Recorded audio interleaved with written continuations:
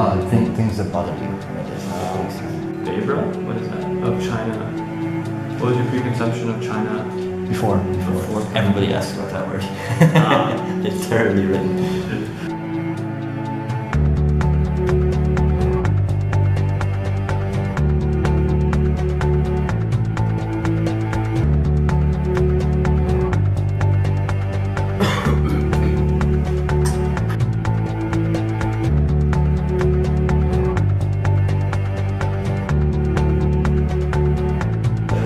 Hi, Mom.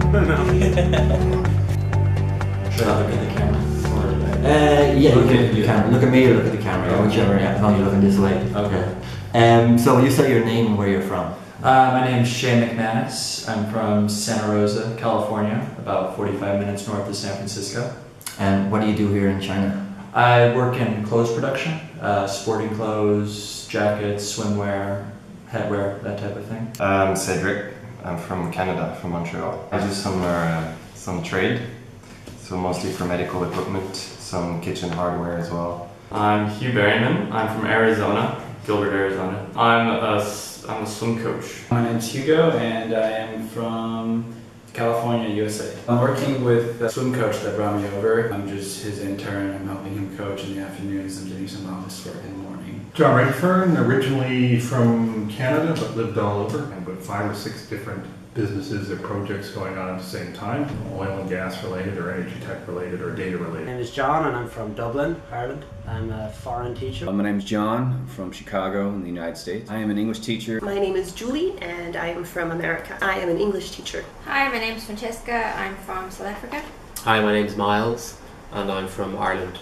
I'm an English teacher. And also I'm an English teacher working in Shenzhen. Before you ever came to China, did you have any kind of preconception of what China would be like? I suppose my image of China was negative in some regards. In what way?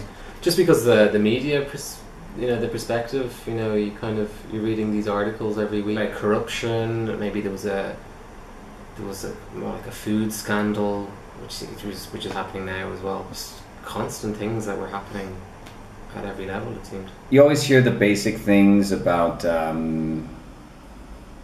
be it censorship or human rights, the bad things that come up in the news.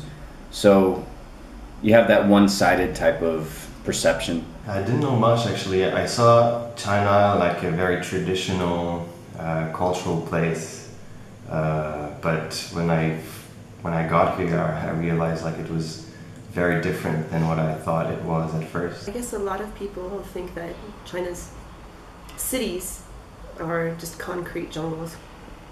There's no greenery, there's no open green space. So I kind of had that same idea as well. I mean, I knew obviously there's a lot of people here and I kind of had this image in my head of like kind of like a lake with like lots of neon lights on the lake and like people eating noodles and rice, just kind of stupid things that you picked up from Hollywood and things like that. And has your opinion of China changed since you lived there?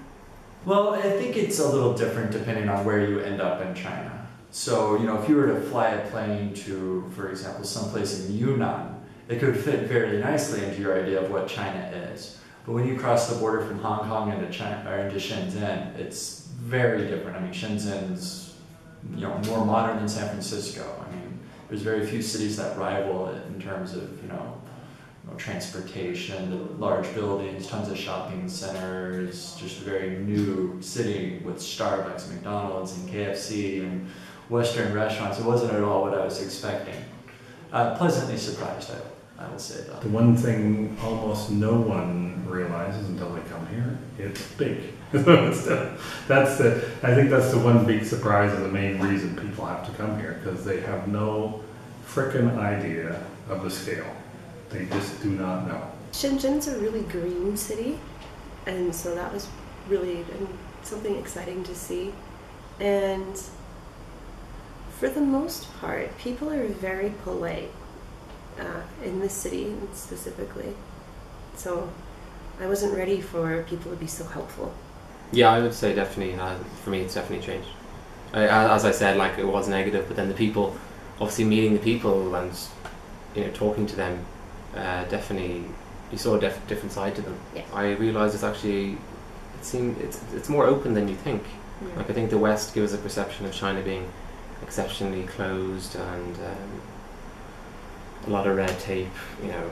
But people are a bit more free with their speech. You find that the people are probably a lot nicer than what you knew or you imagined them to be. But no, in terms of the media and actually reading stories, we probably know a lot more than we did about how bad things can be here. Do you find it difficult to get by without being able to speak the language? I think everything's difficult if you don't know Chinese. I'm curious how other people live their lives here. I seem to have forgotten how I once did things where, order food, go to the bank, say I want a bag at the supermarket. I mean, most of my life's in Chinese, If I don't come to the office, there's a good chance I won't run into another foreigner all day, which means I'll probably speak Chinese at some point. And it just makes it easier to just, do the little things in life. You can always call someone to help you speak. It's always an option available. But it's so much easier if you can do it yourself and you're not always on the phone with someone saying, tell them this, and hoping the translation goes well. So far we've been okay. Yeah, the only time it's difficult is when you have to go to the police office, to go to the tax office, then it's very difficult.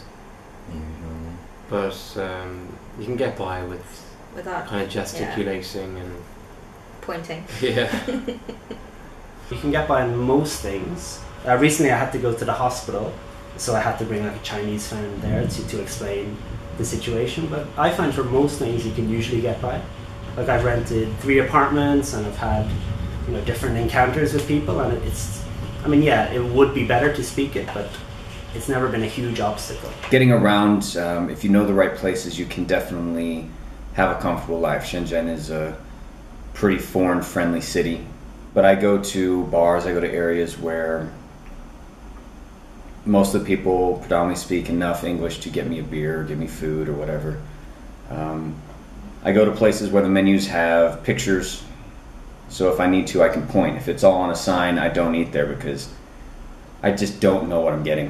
What are some things that you would say maybe bother you on a day-to-day basis? Maybe like the personal space. Strangers here sometimes, it was a few days ago and I was in a store looking at different types of fabric for work and stuff. And the guy who actually worked in the store just came up and kind of rubbed my arm and did the whole Chinese wah.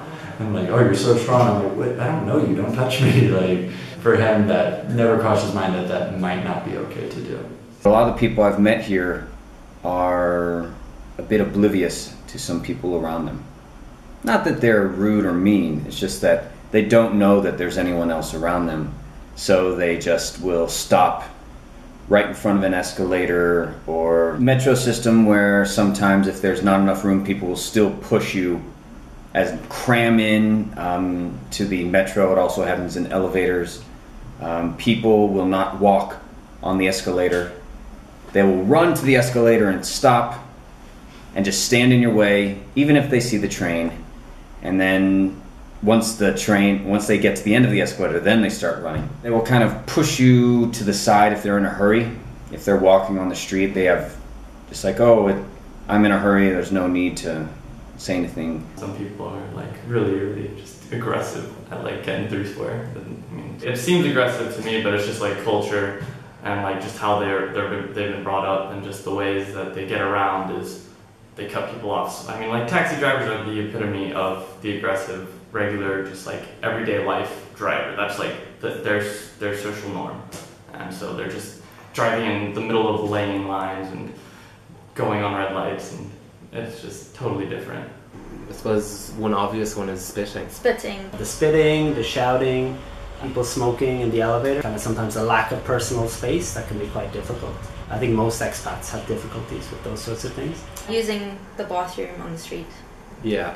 That's kind when of you see little children. I got the metro the other day and a child was lifted up by its mother.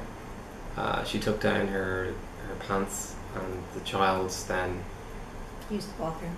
Yeah, did a number 2 into the bin in front of everybody else, as if it was completely normal. Just to finish, what are some good things that you really like about living in China? I enjoy interacting with my students and getting to know their culture and what they're actually like, and learning more about them. Yeah, that's the big thing actually.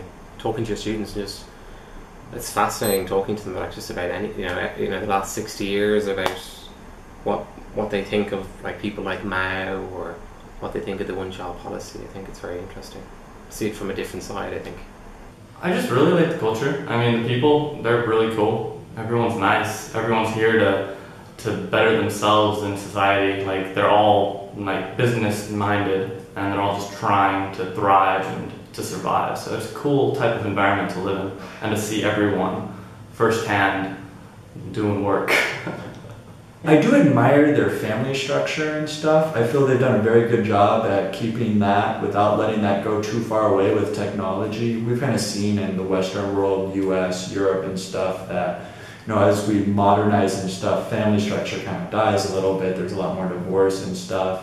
While China does have divorce and stuff, they are very good at keeping the family close. The parents take a much more active role in their child's education. I think that has a lot of benefits for them. A lot of times when parents will retire, they'll move in with their children and help out with taking care of the grandchildren, having a very close family dynamic. It's a very nice thing to see. Also, a lot of the people, they're very friendly, very inviting. I like the people. Most of the people are very kind, and I get on well with them. I love the food. I have my favorite dishes that I eat almost every day. I like the culture. It's a very deep culture, so I still learn some stuff pretty much every day, and discover some new dishes. I love Chinese food. I love Chinese tea. Chinese people are very friendly also. So yeah, many things basically that I like about China.